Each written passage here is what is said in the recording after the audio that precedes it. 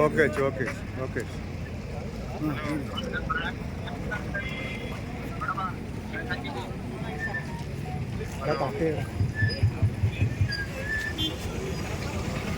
ഞാൻ പറഞ്ഞത് ഒരു ചെറിയ എപ്പിസോഡ് 2016 ശേഷം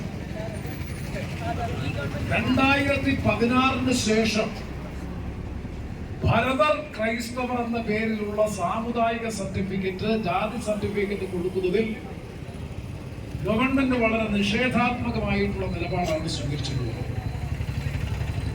ഇതിന് കാരണം എന്താണ് എന്ന് ചോദിച്ചാൽ മനസ്സിലാക്കുന്നത് ശരിയെങ്കിൽ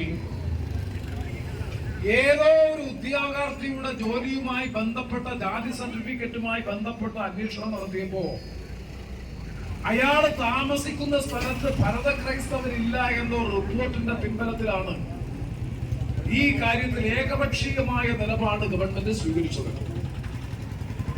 അത് മാത്രവുമല്ല, ഇതുമായി ബന്ധപ്പെട്ട് കൃത്താത്സവത്തിന് മുമ്പ് നടത്തിയിട്ടുള്ള പഠനങ്ങളിൽ സാമ്പത്തികമായും സാമൂഹികമായും പിന്നോക്കം നിൽക്കുന്ന ക്രൈസ്തവ സമുദായത്തിൽപ്പെട്ട ഇവർ അധിവസിക്കുന്ന പ്രദേശമാണ് കൊല്ലം എന്നുള്ളതിനെ സംബന്ധിച്ച് വ്യക്തമായ രേഖകളും വ്യക്തമായ പ്രമാണങ്ങളും നിലനിൽക്കുമ്പോൾ ഏകപക്ഷീയമായി ഇത്തരത്തിലൊരു നിലപാട് സ്വീകരിക്കാൻ ഇടയായിട്ടുള്ള സാഹചര്യത്തെ സംബന്ധിച്ച് എത്ര ആലോചിച്ചിട്ട് മനസ്സിലാവുന്നില്ല.